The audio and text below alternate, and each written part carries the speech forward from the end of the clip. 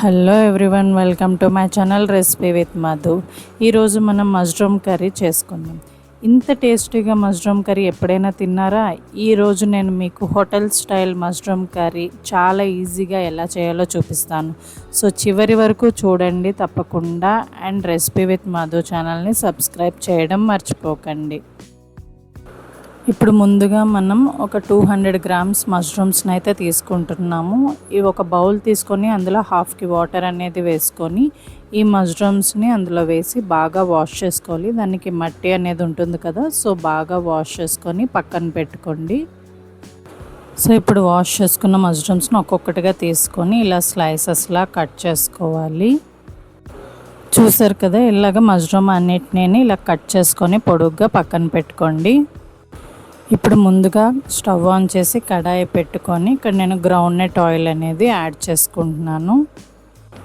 ఇప్పుడు ఆయిల్ అనేది వేడెక్కిన తర్వాత నేను ఇక్కడ ఒక టమాటా, ఒక ఉల్లిపాయ, చిన్న అల్లం ముక్క, 4 వెల్లుల్లి రెబ్బలు, ధనియాలు, జీలకర్ర కలిపి మిక్సీ అయితే చేసుకున్నానండి, పేస్ట్ లాగా. సో ఆ పేస్ట్ అయితే ఇందులో యాడ్ చేసుకొని కలుపుకుంటున్నాను. ఇంకా కొంచెం పసుపు కూడా యాడ్ చేసుకొని బాగా మిక్స్ చేసుకోండి.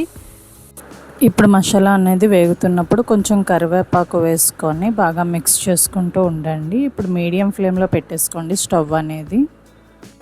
మసాలా అనేది కొంచెం వేగిన తర్వాత 1 స్పూన్ కారము, 1/2 స్పూన్ ధనియాల పొడి, 1/2 స్పూన్ గరం మసాలా, ఇంకా కొంచెం సాల్ట్ అనేది చూసుకొని సాల్ట్ తగినంత వేసుకొని బాగా మిక్స్ చేసుకుంటూ ఉండండి. ఇప్పుడు మసాలా అనేది ఉప్పు కారాలతో పాటు బాగా ఫ్రై అయ్యింది కాబట్టి ఇప్పుడు మనం పక్కనే కట్ చేసి ఉంచుకున్న మష్రూమ్ ముక్కలు అనేవి తీసుకొని వచ్చి అందులో యాడ్ చేసుకోండి. ఇప్పుడు యాడ్ చేసుకున్న తర్వాత ఆ మసాలాతో పాటు దాన్ని బాగా మిక్స్ చేసుకొని ఉంచుకోవాలి. చూసారు కదా, ఇలా మష్రూమ్ ముక్కల్ని మసాలాతో పాటు కొంచెం సేపు మగ్గనివ్వాలి మూత పెట్టి. ఇలా మూత పెట్టి 2 to 3 మినిట్స్ తర్వాత ఓపెన్ చేసి చూస్తే అది కొంచెం వాటరీగా అవుతుంది మసాలాతో పాటు మష్రూమ్స్ అనేవి మిక్స్ అయిన తర్వాత. సో మనం ఇంకా వాటర్ అనేది యాడ్ చేయాల్సిన అవసరం లేదు. ఈ వాటర్తోనే అది మగ్గనిస్తే కర్రీ టేస్ట్ కూడా బాగా వస్తుంది. సో ఇలా సిమ్లో పెట్టుకొని వాటర్ అంతా అయిపోయినంత వరకు ఉంచుకోవడమేనండి.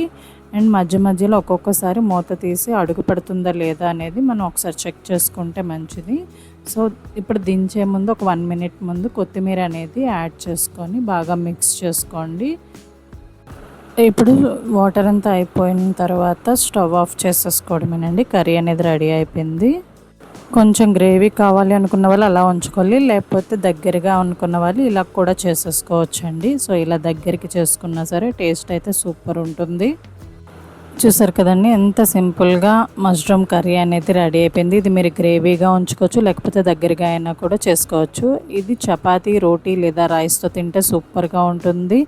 ఈ రెసిపీ మీకు నచ్చినట్టయితే లైక్ చేయండి, మీ ఫ్రెండ్స్తో షేర్ చేయండి. ఇలాంటి టేస్టీ రెసిపీల కోసం రెసిపీ విత్ మధు ఛానల్ని సబ్స్క్రైబ్ చేయడం మర్చిపోకండి. మళ్ళీ ఇంకో సూపర్ రెసిపీతో మళ్ళీ కలుద్దాం. Thanks for watching.